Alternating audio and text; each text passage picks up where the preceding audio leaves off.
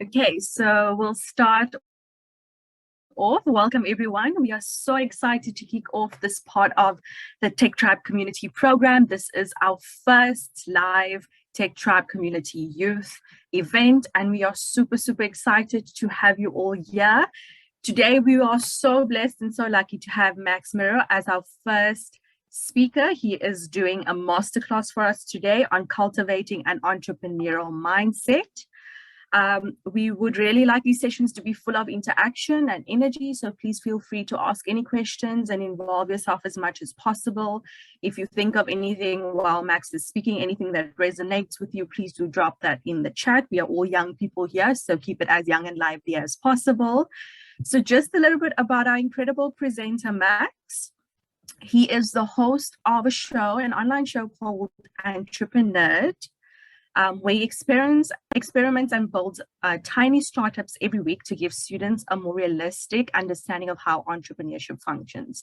He's a virtual speaker, entrepreneurship educator, and also the co-founder of Master Generation. If you would like to find out more about the exciting stuff that Max does, please go follow his social media accounts. Max can also drop that in the chat so that everyone can see all of his handles everywhere. And we'll share the links and everything so that you can just, go and check him out, and all of the things that he does. They are all really amazing. He's fantastically doing such amazing work. So without any further ado, Max, over to you. Thank you. It was a wonderful introduction. I'm very flattered. Heck yeah, let's do this. So yeah, the name is Max. Run a show. It's a lot of fun. You've been caught up on me. But yeah, the idea on my little show is that ideally, if we do things right, we build a tiny little startup every week, right? It's not that hard to whip things up. It's hard to, build a company, but in terms of starting something and getting something out there and just getting and just experimenting, right? That's the most important thing in my opinion, because nobody really takes that step. And so that's what my show is all about, helping people start stuff. So cool. Awesome. Today, perfect. Today we are going to be talking about the entrepreneurial mindset. And I kind of have an interesting approach to the entrepreneurial mindset. There's a lot of conversation online, and there's a lot of stuff on the internet, on social media around like how the entrepreneurial mindset is things like don't give up, or like persistence is key, and like there's a lot of inspiring quotes when you look up, the entrepreneurial mindset. My kind of approach is a bit more skill and process based, but it's going to give you the same effect, right? The goal by the end of this is to get your brain in the headspace of, okay, I know how to start something, right? I know what I need to do, and if you have an idea, your brain doesn't just stick on the idea, it sticks on the process to get it out into the world, right? So I just want to give you a few little tool sets, a few little processes, and a little bit of information on how entrepreneurship functions, so that when you have an idea, it's not just an idea anymore, it's something you can jump into, right? That's the idea. Cool. I love questions. I absolutely adore them. I'm used to a live stream where people are yelling at me in a chat box, so any questions at all always work. I love them. If you have any questions and you pop them in the chat, I will get to them very quickly, and I would love to hear them. I believe there was one question that I got that we wanted to start with, and then I'll jump into my content. The first question that we have is, what would you say is the most important thing that first-time entrepreneurs need to be mindful of? The most important thing, it's hard to pick one thing, but I would probably say the most important thing to be mindful of is that your idea, everybody's got an idea, right? Everybody's got their own startup idea. Everybody has some concept of something they want to impact in the world. Your idea is just an idea, right? There is no such thing as a $1 million idea. There are $1 million operators, $1 million builders, $1 million people, right? The part that makes you $1 million, the part that makes a huge impact in the world, the part that, saves lots of people, is not the idea. The idea just exists, right? It is your ability to go out, find real people that are having real problems, and actually build something awesome. So don't worry about people stealing your idea. Don't worry about sharing your idea. Don't think that your idea has to be this idealist, amazing, awesome thing that needs to be protected. Every single entrepreneur that I've ever met had this brilliant, amazing idea. They went and they talked to people and they tried to sell it. It didn't work.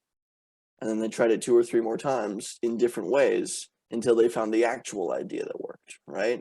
The first idea you come up with, or the idea that you come up with that without any research, is almost never, ever true. In fact, it's probably never, ever true. So don't get hung up on your idea. Be willing to experiment and compromise and change your idea, because it's going to be, you're going to need to if you're going to actually create something that people want in the world. That'll make more sense as we go on. How do you start an idea? How do you initiate one? Great question. That's absolutely what I want to get into. So I'm going to dive into the starting process in a second. I love the question. I'm going to keep that there, and that's going to be definitely part of the presentation. Before that, I want to back up ever so slightly to like generally what entrepreneurship is, because there's a lot of misconceptions on the internet about what it is. Social media kind of fluffs it out into a weird perspective. Basically, on the simplest level, entrepreneurship is solving a problem, right? It has nothing to do with a fancy startup idea or building some crazy big tech platform or getting investment or anything like that. That is not entrepreneurship. That has nothing to do with any of it. All entrepreneurship is I go out, I talk to people, a lot of similar people. I ask them what problems they're having. And if a lot of those people that I talk to, a lot of those similar people, say they're having the same problem, then that means if I can build one little thing that solves one of their problems, all I need to do is just copy paste that little thing that I built to everybody, right? So let's say I look and I go and I talk to 100 students, right? And I ask them, what do you not like about your water bottle, right? You have a water bottle, you take it to class every day, whatever. What do you not like about your water bottle? What do you wish you had better in this water bottle? What's the most frustrating thing about using this water bottle? And I ask everybody with different water bottles the same kind of question.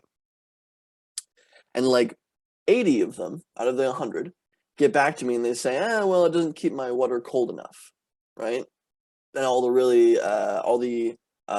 water bottles that, you know, have that vacuum seal that keeps all the water cold or hot, they're really expensive, like $100.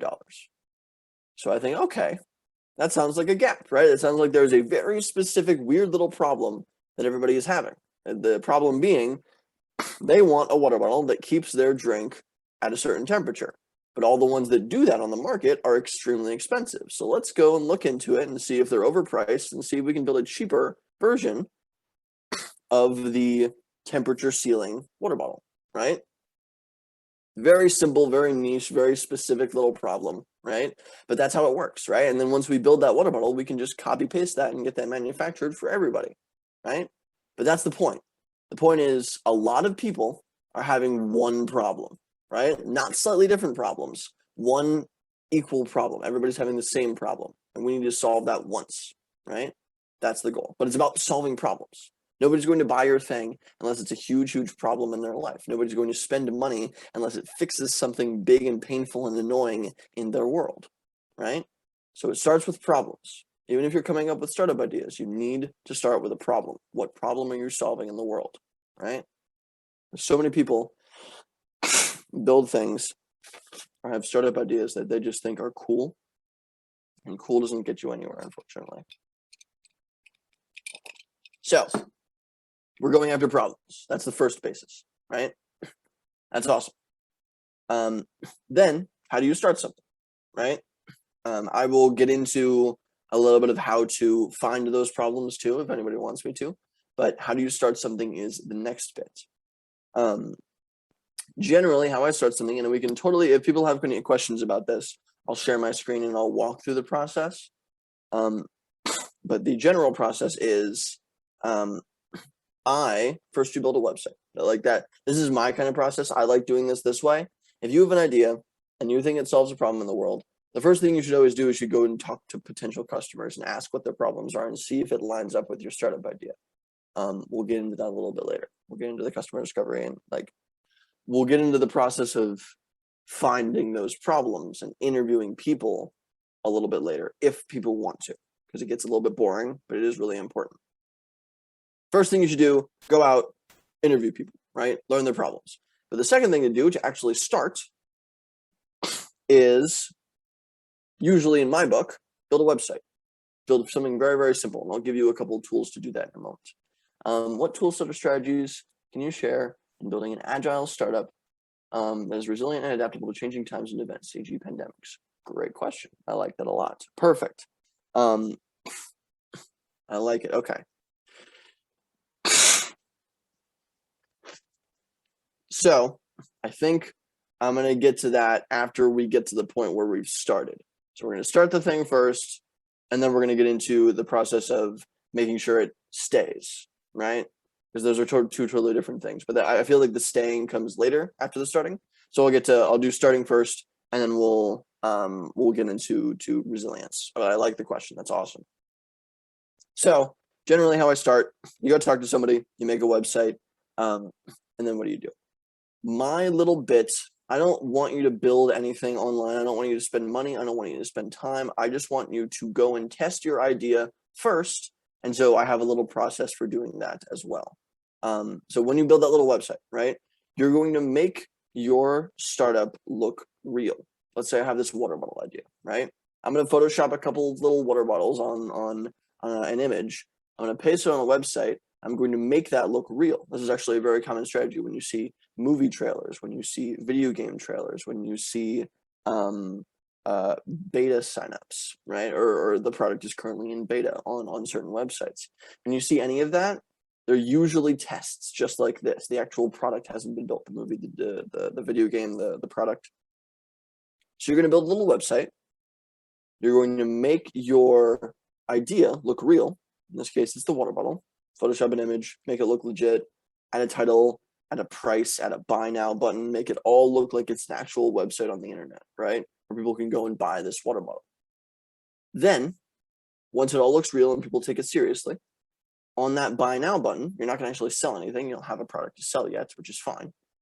You're going to link it to a form usually. Something that collects information. When you click it, it goes to a form and says, hey, super glad you're interested in the product. We're not ready yet, but we will be soon. Maybe we can grab your email and we'll get back to you ASAP, right? Once the product is ready to ship. And if you can get people to sign up on that kind of fake little landing page, then you're finding customers before you've built anything at all, before you've spent any money, before you've spent any time, which is huge. Right? Does that kind of make sense? The fake little website to pretend you have something to see if people try to buy it. If anybody has any questions on that, or if that doesn't make total sense, I can share my screen and we can walk through that. That's usually how I start, right? I pretend my thing exists, and I see if people care. Then, once people care, let me actually share my screen for this. So here are the tools that I would use to start a website, by the way. This is card.co. It's a wonderful little tool. It is a free little website builder that is just excellent. So it has a really nice free plan, it is what it is. And so I build most of my little websites on this tool. So if you need to build websites, boom, check this one out. There's also tons of other website builders, Wix, Squarespace, whatever you feel is best. But I personally prefer Card if you don't have one. Very, very easy to use, very easy to set up. So now we have a website, great. And I can totally go into that if anybody wants me to.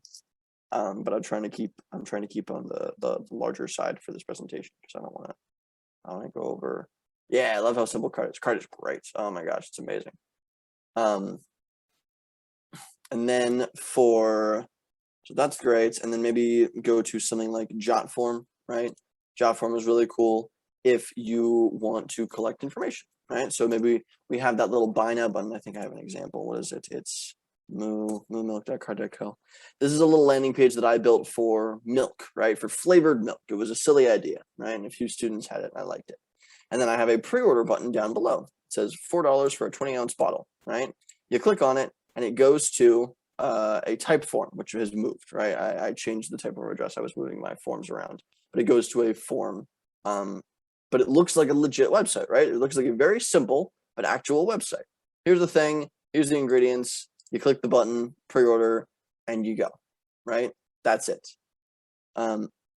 So something very simple, something that looks legit, people take seriously, with a buy now button with a price next to it. And then you can go and collect information, maybe with a form on the back end. So cool.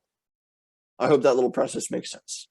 You pretend it exists. I don't have this milk. I haven't made this milk, but it's good to know people would try to buy it, because if people try to buy it, then there's a whole lot less risk for me in going and starting this company, right? Cool. That's the starting process. You test it. And then once you need to actually build something, let's say you build this little website, you test it in the world, you go and you talk to lots of people, you think you've found a really awesome problem that a lot of people are having, right?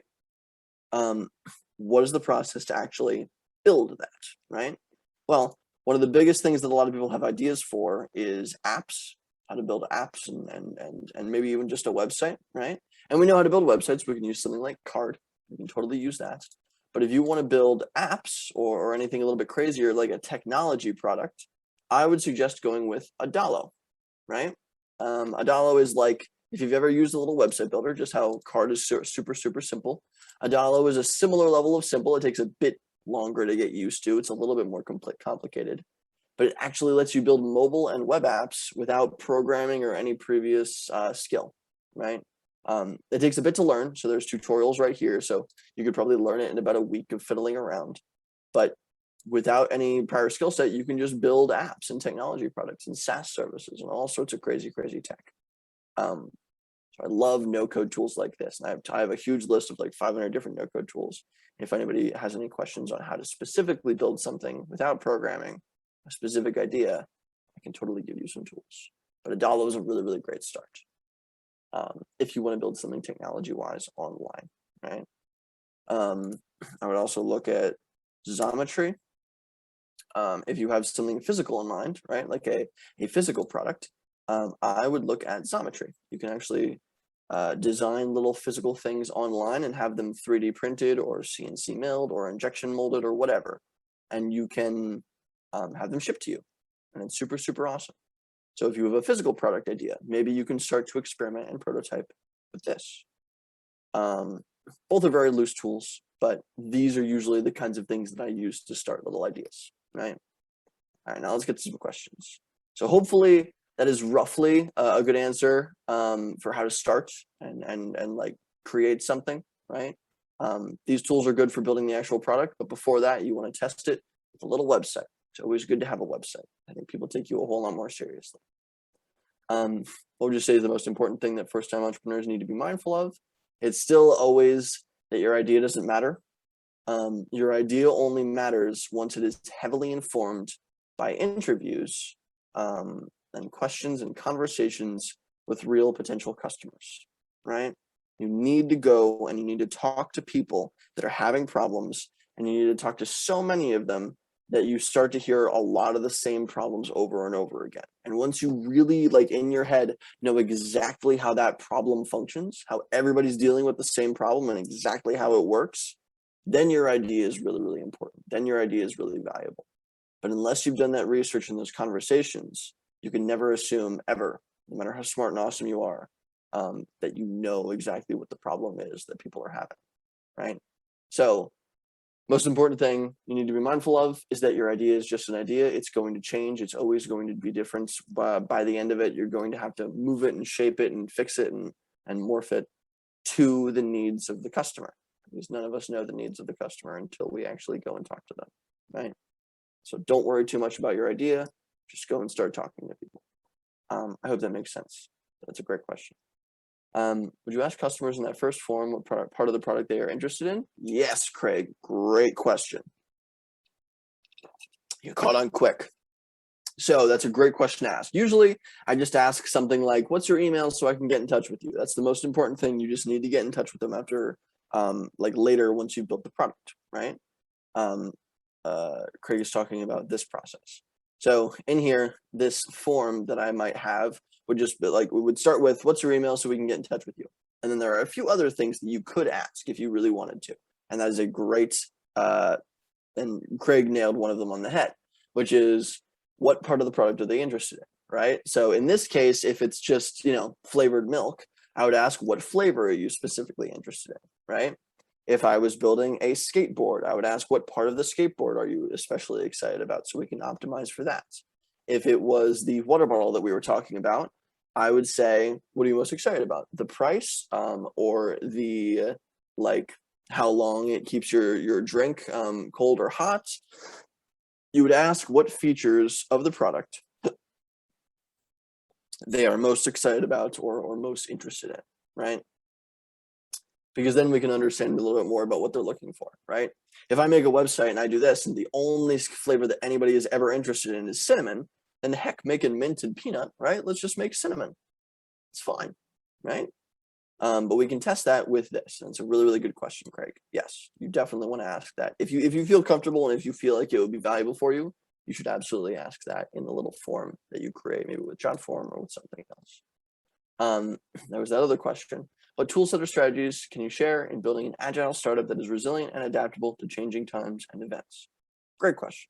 I can provide strategies, and I've kind of already provided some tools. Basically, the only way to quote unquote future-proof your company, let's say we built this idea, we made something, we're getting it out into the world. There's this big concern about future-proofing. Everything changes. The only way that you can stay valuable and stay a company as time goes on is if you constantly adapt. And the best way to adapt is to do things and change really, really quickly, and stay really, really closely in touch with your customers, right? So the strategy, and then I'll provide the tool set. The strategy is constantly talk to customers. Once you start selling, always send out maybe reviews or send out requests to learn more about why they bought the product. Maybe hire a sales rep to understand and work with certain customers individually to understand where they're coming from and what problems they're continually having and what other issues you can solve for them. Talk to your customers. Don't just talk to your customers in the beginning to learn what their problem is and then make a thing. As you're making the thing, as you're doing stuff in the world, as you're building the company, even years in the future, if it does well, you should still be talking to customers every once in a while, right? To make sure that need isn't changing, that they aren't just deciding on some other product, that they are happy with your product and plan to continue to use it, right? All of that, you need to constantly stay in touch with your customers and keep your feet on the ground, right? That's the strategy part behind it. Because then you stick to the problem and you keep the problem. The problem is going to change. You need to change with it, right? So keep talking to your customers to understand how their problems change, and how do you what tool set can you use for that? Well, I like Adalo and I like these no-code tools because when I build a program or when I build a startup idea, when I build a software piece, I am able to change it really, really quickly, right? If I build this whole product from scratch, right? It's a little bit if I code something from scratch, it can be a little bit difficult to edit and change and morph and fix that, right? And iterate on it. But with no code, anytime I build something in a no code software environment, I can change it super quickly. I can change it in a night if something doesn't work right or something could be better, right? So I'm a big proponent for no code tools because as that problem changes while we're talking to our customers, we can quickly change the product really, really easily. And it makes it a lot more accessible. So even even if you're not a technical person or maybe you have a technical team, you can go and change the product. So I do suggest using things like no code and not hiring a team of developers or whatever else, or learning programming yourself. If you know programming, great, right? Some of these tools even make, I know programmers that use these tools as well, right? Just because it's so fast to build things in these. But yeah, I hope that makes sense. So strategy, always talk to customers. Tool set, ideally no code, because it helps you be really quick on your feet, right? I hope that makes sense. It's a really, really good question. What are some apps do you use to communicate to your customers? Emails? Yes. So if I want to get in touch with a customer, if I want to get in touch with anybody, there are a few tools that I would recommend. The first is just LinkedIn. LinkedIn is really, really powerful. Go to LinkedIn, use it to search people specifically. So for instance, let's say I want to talk to VP of finance, right? I'm trying to create a product that VPs of finance use, right? And now I can see hundreds of VPs of finance just by searching this specific job title. So if your customers are a specific like person with a specific position, sorry, my cat is being needy. Kitty, go. LinkedIn is really valuable for that, right? So that's one tool. And then the second tool that I would usually use is, you can use like social media, TikTok, Instagram, whatever, right? Those are always really good because you can find people with specific interests on those platforms, right? I could just go, let's say I was trying to create a skateboard. I could go and I could search hashtag skateboard on Instagram and I could find plenty of skateboarders, right? But usually the best way to find somebody's contact information and get in touch with them is email. And this is a tool called hunter.io. As you can kind of see, if you install it on Google Chrome, up in the top right corner, as a Chrome extension, it pops this little orange fox up here, right? Which means, let's say I'm on the Xometry website and I'm trying to get in touch with somebody from Xometry. I click the little orange fox and it pops up everybody's emails that are on the website, right? And most of these are very basic, but we have Director of Application Engineering. We have Aaron Zamora with their Twitter link. We have the CEO, Randy. We have the media contact. But I was able to find all of these, and it's even able to, if you have their name, maybe from LinkedIn or wherever, you can even guess their email by plugging it into here. And like 75% of the time it's right, because it picked up on the structure, first initial, last. So it's really cool. It's really, really cool. Anyway, that's that. I really like Hunter. I've used it to get in touch with so many people. And I would highly recommend you do the same. So cool. Awesome. Wonderful. Those are usually the tools that I use to communicate with customers or find customers, right? Or interview people.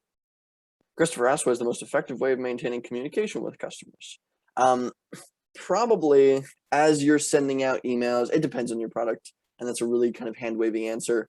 But usually you just want to, like if you have their email and you're sending them, updates, or maybe after they buy your product, you could send them a form as well.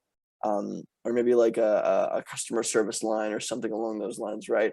Customer service is a really, really good way to understand how people are managing your product, right? Just having a small customer service team or a small block of hours where you let people sign up for customer service, like calls, stuff like that, or maybe creating a little online website for customer service where it answers a few questions with a Q&A and has a little chat bot, kind of like this that we have on this website, right? I can go in here and talk.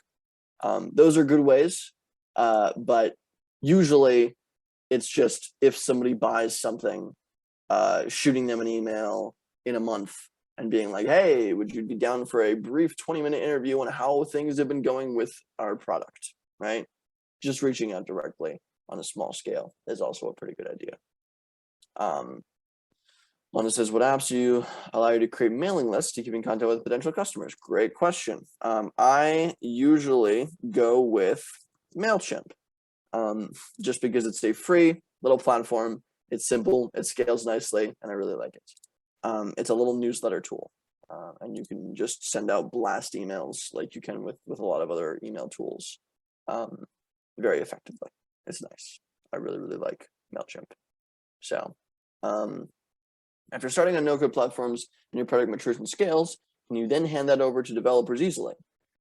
Great question. So no-code, a lot of people worry about no-code. A lot of people get very concerned. Oh, I have some options here as well. Cool. Stop sharing. That's one of the big questions I get. You'd be surprised what you can build with no-code. I've seen people, there are companies that have raised hundreds of millions of dollars that are just built on no-code platforms. So it is totally possible that you don't need programmers at all, right? That you don't need to hand it over to developers whatsoever. It's just fine, right? Totally possible. But yes is still the answer. If you get to a point in the future where you just can't build what you need to on no code somehow, it's just so complex and so unique and so new that it can't be built on that platform, and you need to hand it off to developers, it's going to be cheaper then, right? Because usually what the two big costs that people encounter when they get something custom developed is, one, they have to keep changing the product, because that first version of the product that you put out is not going to work. People are going to hate it. People are going to think like it's not going to solve the problem perfectly. You're going to need to make changes, right? Nobody nails it on their first try. So it's either you pay for people to rebuild the app multiple times as you learn more, or you futz with it yourself, right? So first of all, you're not going through all those iterations. Second, if you have a totally built version of the product on no code, you can send that to developers and they'll be able to understand exactly what needs to do what in the entire product. So it's easier for them to build even then, right? There's no back and forth between you and them. They can just get it done, right? So in two ways, it's actually cheaper, right? Than building it from scratch to start. But yes, it is still totally easy to go and have something built, right, later on. But I always recommend people start with things like no code, just because it allows you to test and experiment and change things so quickly. How does one protect their idea while doing market research? Great question. I have never seen somebody get their idea stolen, ever. I've never seen like a necessary need for NDAs in people starting companies. The only times NDAs are super important is if you're working, at least in my opinion, is if you're working for a larger company and it's a huge issue, and if the information got out, it could change the markets or something like that, right? Like there are certain scenarios where things like NDAs or privacy policies or whatever else become really important, but you typically don't need to worry about protecting your idea while doing market research. While you're doing market research, ideally you should be changing and morphing and futzing with that idea. So yeah, short answer is don't really worry about it. And I know it's a lame answer. It's totally up to you. You can totally just go and print NDAs and make sure that you have everybody sign them before they go and sit down for an interview, right? Yeah, you could totally do that if you're really concerned, but usually it's not an issue, not a problem at all. So cool. Craig asks, how do you decide on how far to develop your product before releasing? There's a concept in entrepreneurship education. Great question, Craig. There's a concept in entrepreneurship education called the MVP, which is the minimum viable product, right?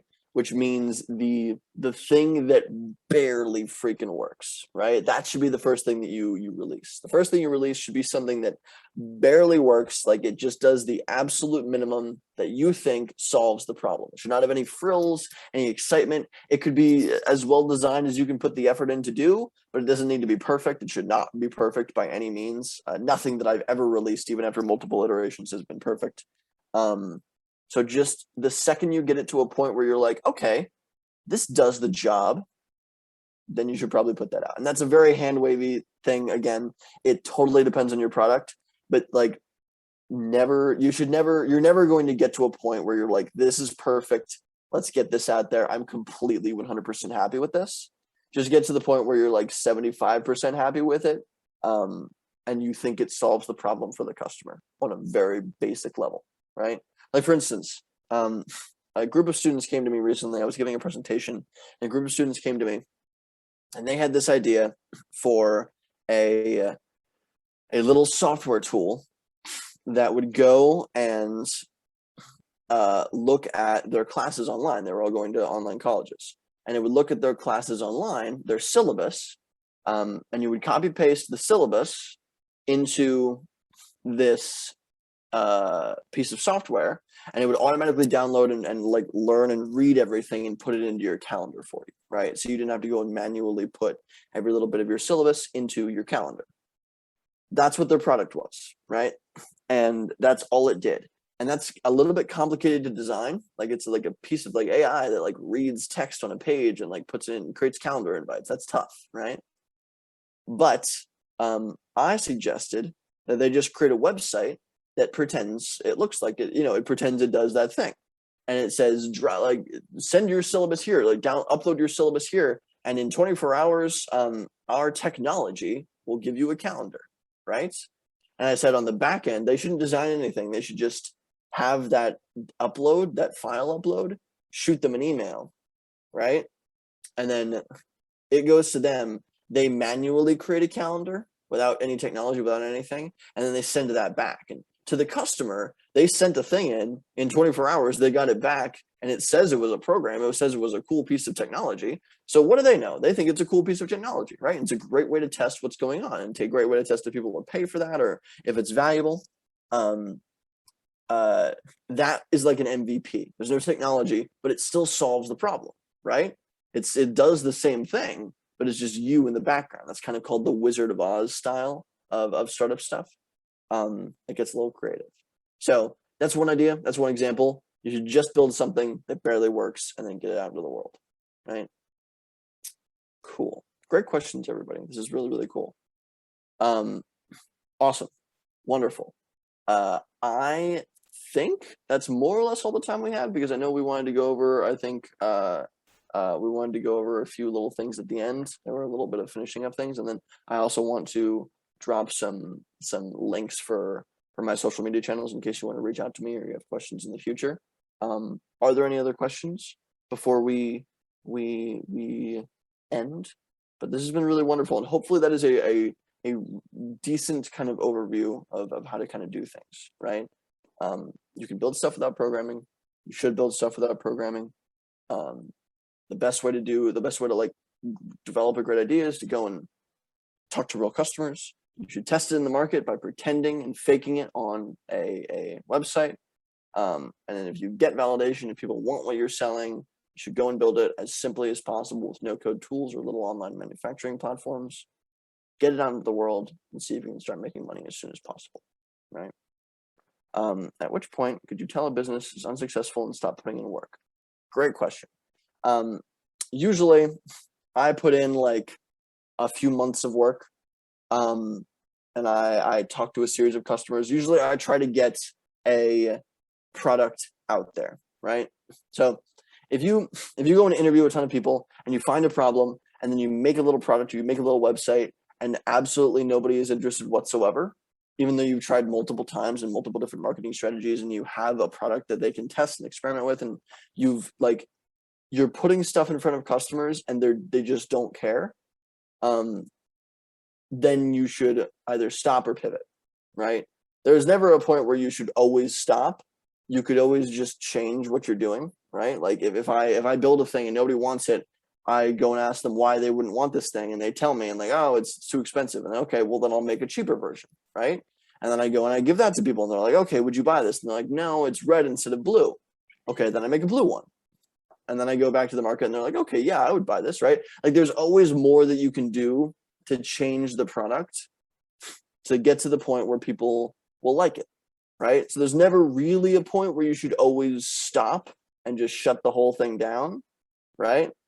But it's totally up to you whether to pivot or to create something new and go after a totally different problem, right? But that's usually decided at the point where nobody wants your thing. Like nobody, even though you tried a bunch of different things, nobody wants it, right? You drop like 3 name of people that started their business without any money. Great question. Yes, let me find. I can think of one off the top of my head. I'm a good example. Like I started my stuff without money. I run a few agencies. I do paid speaking, and I create content on the internet. And I'm not like some tech startup, right? I don't have like a tech startup. I'm trying to start one right now. But I have a few small companies, and I started them all without any money, right? Who else? There's one other really cool company. What is it? It's Banner Bear Story. On the German images. Yep. Banner Bear and Indie Hackers. Here we go. I believe, yes, this guy. This is a link to a site called Indie Hackers. It's a really, really cool website. It's basically a lot of people like me, right? That just make little things. And this Banner Bear, this company, has a few articles underneath it on how Jan, the founder, who's also on Twitter, and he talks a lot about how to build things, how he built his company without just completely bootstrapped, right? And it's a SaaS startup. It's really, really cool. Really, really cool story. And he's built it over the past few years, and he's been absolutely kicking butt. He's amazing. So that's a really, really good story. But other than that, I don't think I have anybody off the top of my head. I'm sure I know plenty of people. It's just nobody's coming to mind that's especially cool. But yeah, super good question. Super good question. And thank you. Thank you for posting my little social media. LinkedIn, Instagram, TikTok. I don't think you can message me on TikTok. No pressure to follow me there. It's essentially the same stuff that I post on Instagram. LinkedIn, you should reach out to me. Send me a personal note in the connection request. I think you click the ... and scroll down to connect. Instagram is like my personal phone number. If you message me on Instagram, I will get back to you anytime. And you can also email me, and you should be able to find my email on my website, which is linked to, I think, all of them. But yeah, this is a lot of fun. Thank you, everybody, so much. Thank you so much, Max. It has been a real pleasure to have you kick off our youth program session. It is astonishing how much you've already done at the age of 24. And we're really grateful to have you here and for giving us some of your time to teach us some valuable information. We've shared all Max's social media account links in the chat, so don't forget to give him a follow. And thank you to all the amazing people that joined for the session today. This is the start of many youth program sessions. And yeah, that's basically a wrap. Have a great Tuesday, and we'll see you all soon. Thank you so much, everybody. Thanks so much, Max. Bye.